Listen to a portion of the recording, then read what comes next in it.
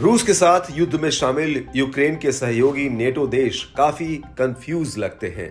NATO देशों की तरफ से अलग अलग समय में अलग अलग बयान आते हैं और यही वजह है कि यूक्रेन की मदद में नेटो देशों का मजबूत सहयोग नहीं दिखता, जिसका खामियाजा यूक्रेन भुगत रहा है और रूस इस अवसर का फायदा उठा रहा है।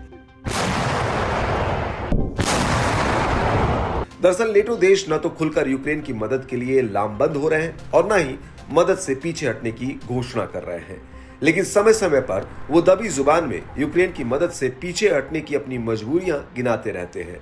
जर्मनी और पोलैंड के बाद अब एक अन्य नेटो देश हंगरी ने यूक्रेन की मदद का विरोध किया है।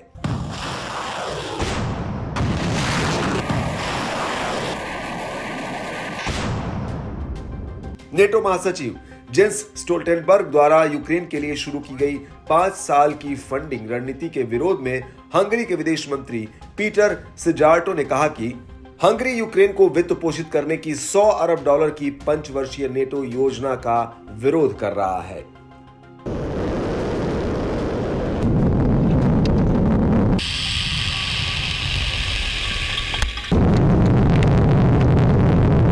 मंत्री ने ये बात पेरिस में आर्थिक सहयोग और विकास संगठन OECD देशों की मंत्री स्तरीय बैठक के लिए जाने से पहले गुरुवार को कही। दरअसल इस सप्ताह की शुरुआत में मंगलवार को महासचिव जेंस स्टोल्टेनबर्ग ने नेटो के सदस्य देशों को $100 अरब जुटाने का प्रस्ताव पेश किया।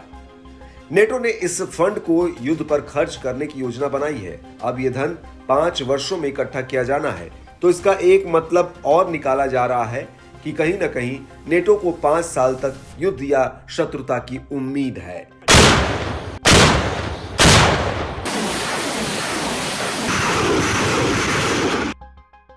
इस पर सिजार्टो का कहना है कि हंगरी इस पहल का विरोध करेगा और यूक्रेन को हथियार देने या उसके सैनिकों को ट्रेनिंग देने में शामिल नहीं होगा। सिजार्टो की माने तो ये अभी बातचीत का विषय है और आने वाले हफ्तों में बातचीत के दौरान हंगरी इस पागलपन से दूर रहने और $100 अरब इकट्ठा करने और उन्हें यूरोप से बाहर ले जाने के अधिकार के लिए लड़ेगा। सिजार्टो ने बताया कि हंगरी किसी भी चीज से पहले अपने लोगों की सुरक्षा को प्राथमिकता देता है और युद्ध से बाहर रहने की पूरी कोशिश करेगा।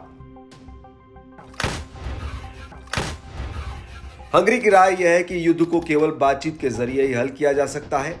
सिजार्टो ने यह भी आग्रह किया कि यूरोप में युद्ध के इस पागलपन को रोका जाना चाहिए।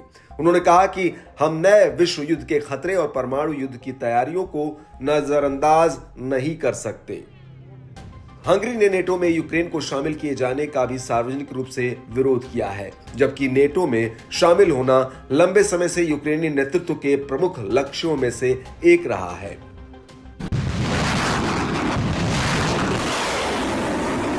युद्ध के मैदान में पहले से ही कमजोर हो चुके यूक्रेन के लिए हंगरी का फैसला उसे और निराश करने वाला है। हालांकि उसे हाल ही में अमेरिकी मदद की मंजूरी मिल गई है, लेकिन बड़ा सवाल यह भी है कि यूक्रेन उस मदद के भरोसे कब तक रूस का मुकाबला कर पाएगा, क्योंकि यूक्रेन को सैन्य हथियारों के साथ ही सैनिकों की भी भारी जरूरत है।